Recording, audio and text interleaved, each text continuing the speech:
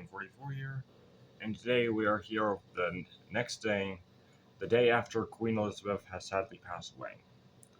Now, today, the last video I made was actually just with me just talking about it because there really was not that much to really say besides what was my own thoughts. It wasn't scripted or anything, I just wanted to talk about what happened. It was actually a really depressing day. Heck, even the weather was perfect for a depressing day because it was completely pouring, thundering, and raining. It felt like an earthquake.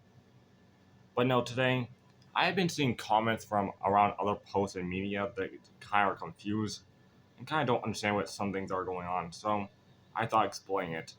Now that Queen Elizabeth has sadly passed away, what's going to happen? Well, her funeral is getting all set up and everything, as it has been prepared for when it was going to happen. I mean, I will admit, I'm still kind of shocked that Queen Elizabeth is dead. And sorry if you saw this. It was just a moment ago. I had a notification try to swipe it off.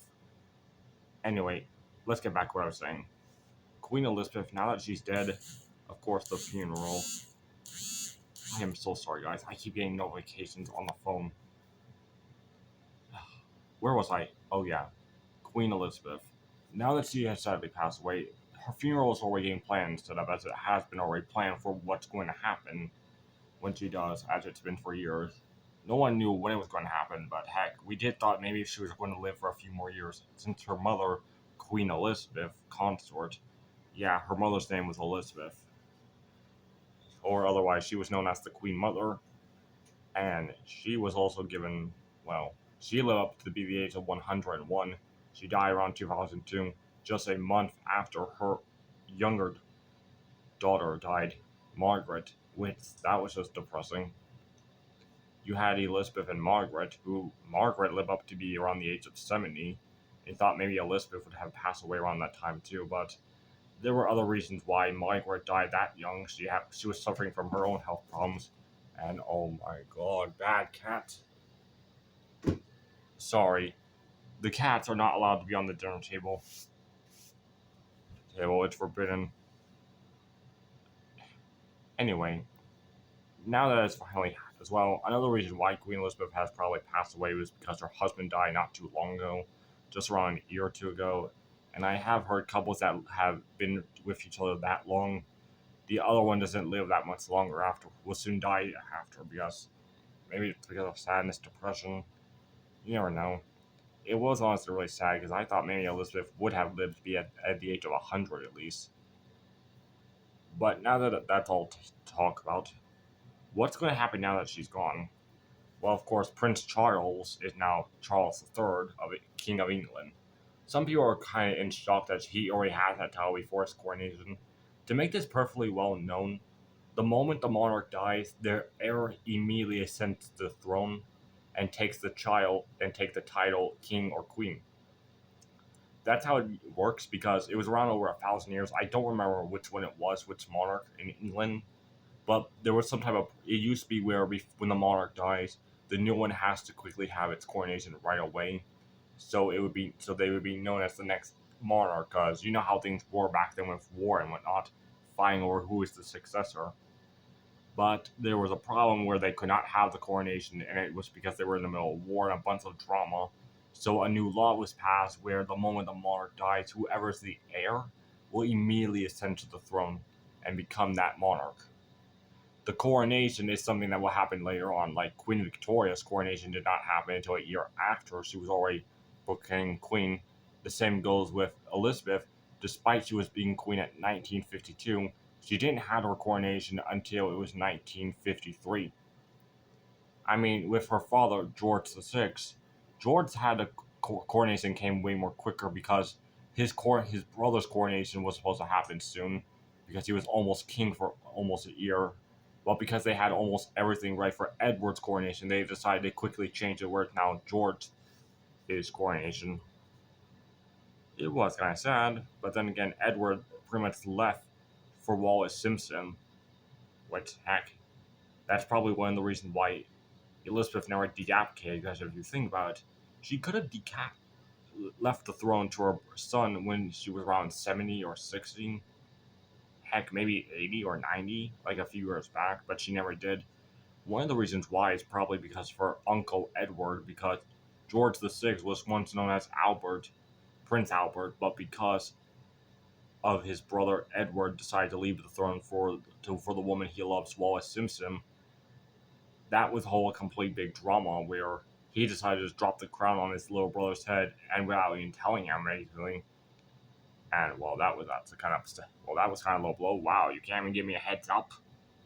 But nonetheless, he took the title and actually took the role as king very seriously. Elizabeth continued on, and I don't think she wanted to do that, even though she got to the age where she could have retired and passed the throne down to her son. Some people don't like Charles, though, because, well, what has Charles have done to England? Well, I mean, with the other two Charleses we had, as well as this Charles, everything has done except for what it's done to. Some people think it should go to William, but let's be honest here. There's multiple reasons why it shouldn't. One of the reasons why, it's part of tradition. You can't just, favor which king you like the most and say, oh, let's give it to this one. Tradition is tradition, after all. There's a whole entire line of succession. And since their brother, and since his father was technically next in line after Elizabeth, Charles gets the throne. Also, really, is it fair for William to take the throne right now? I mean, he is a father and everything of three children. So, should he actually take the throne? Because if you think about that, he would have to take the role as king and have to do all the responsibilities that comes with it, which would take away time for being a father. And honestly, the kids would be left out with a dad for the most part. He should probably wait until he's around 50, when the kids are a lot more older in their 20s, where they had their time with their dad, and then the dad takes the role as king by then. It could happen, because I have no doubt Charles will live that long, because Charles will probably be king for about 20 to 30 years if he lives up to be 100. I don't think he'll live as long as Elizabeth, maybe around to his 80s or late 90s, because royals now these days do really live long. But anyway, Charles III might actually do change his ring name once we find out. I don't know yet what his ring name will be. Once his reign begins, he will actually change his name or not. If he stays as Charles, he'll be known as Charles III. There's been some rumors going around that he might change it to become George, and he'll become known as George VII, which we'll technically have a George we all did not like. But nonetheless, tradition is tradition, and now we have George, or Charles. We just have to wait until he makes the announcement of what his real name will be. I pretty hope it stays as Charles, though, because I do not want it to be George VII.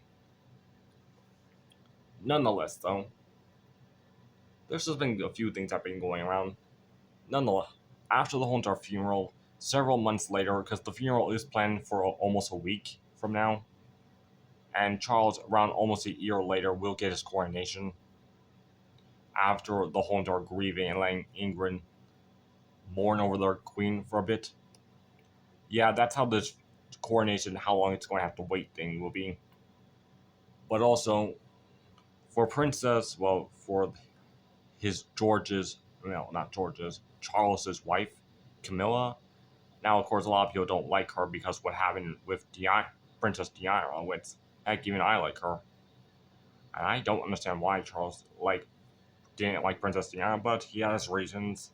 Although I personally don't understand why. I mean, when you look at Princess Diana, she was definitely beautiful compared to Camilla. But either way, what happened. I do really feel sorry for what happened to her, though. May she rest in peace, Princess Diana. Nonetheless, there's going to be a bunch of drama, and I'll probably make more update videos as we go on with this whole entire series. As you see, the candle is still burning.